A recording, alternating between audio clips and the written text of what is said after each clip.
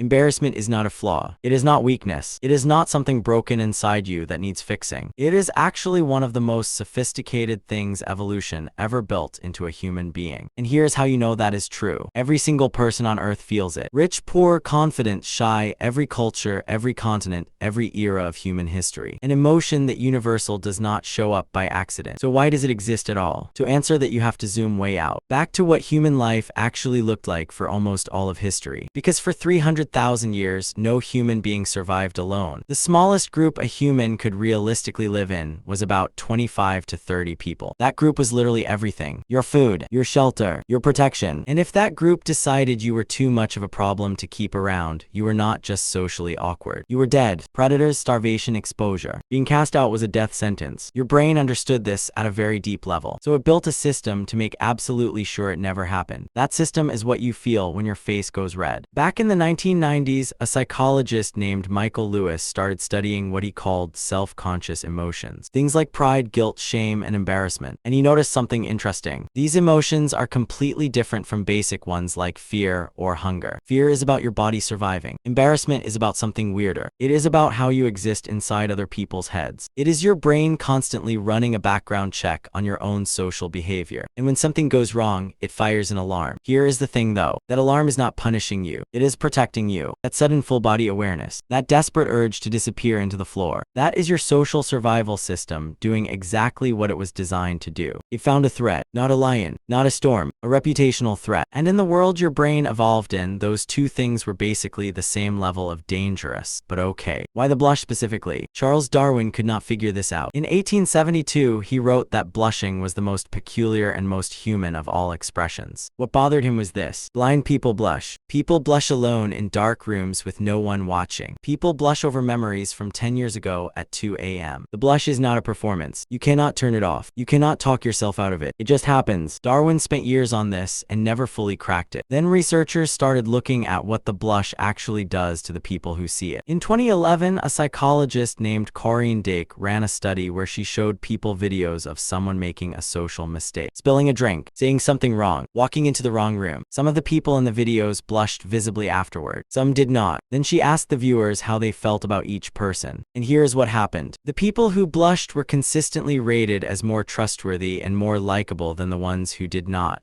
The blush was not making them look bad. It was making them look human. It was the face saying without any words at all, "I know I messed up. I care about this. I am not a threat to you." The blush is basically an apology your body sends before your brain can even form the words. Now here is the part that gets genuinely weird. Embarrassment does not actually need an audience. That is what makes it different from shame. Shame needs other people watching. Embarrassment fires whether anyone is there or not. You can be completely alone and cringe so hard at a memory that your body physically responds. Heart rate up, face warm, stomach tight. Your social alarm system does not check whether anyone is watching before it goes off. Psychologists have a name for this. They call it the spotlight effect. In 1999, researchers at Cornell ran a simple experiment. They had students walk into a room full of people wearing an embarrassing t-shirt. Then they asked the students to guess how many people in the room had actually noticed the shirt. Students thought roughly half the room had seen it. The real number was closer to 25%. That spotlight you feel on you is always about twice as bright as the one the world is actually pointing at you. Your brain thinks everyone noticed. Most people were barely paying attention.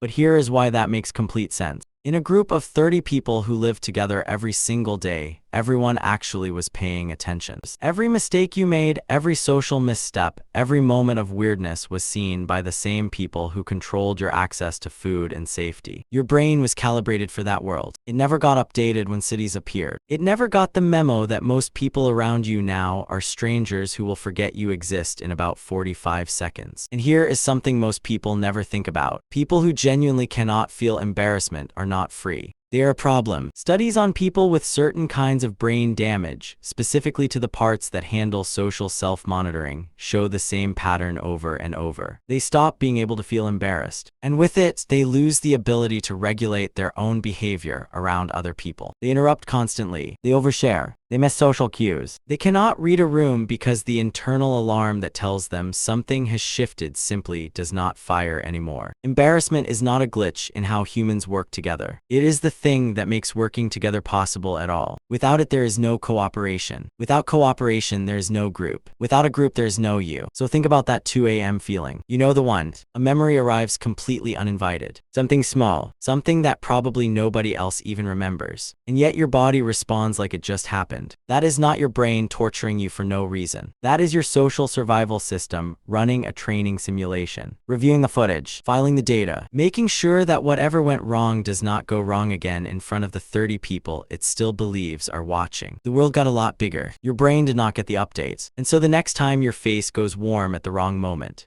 just remember what that actually is. You are not too sensitive. You are exactly as sensitive as staying alive required.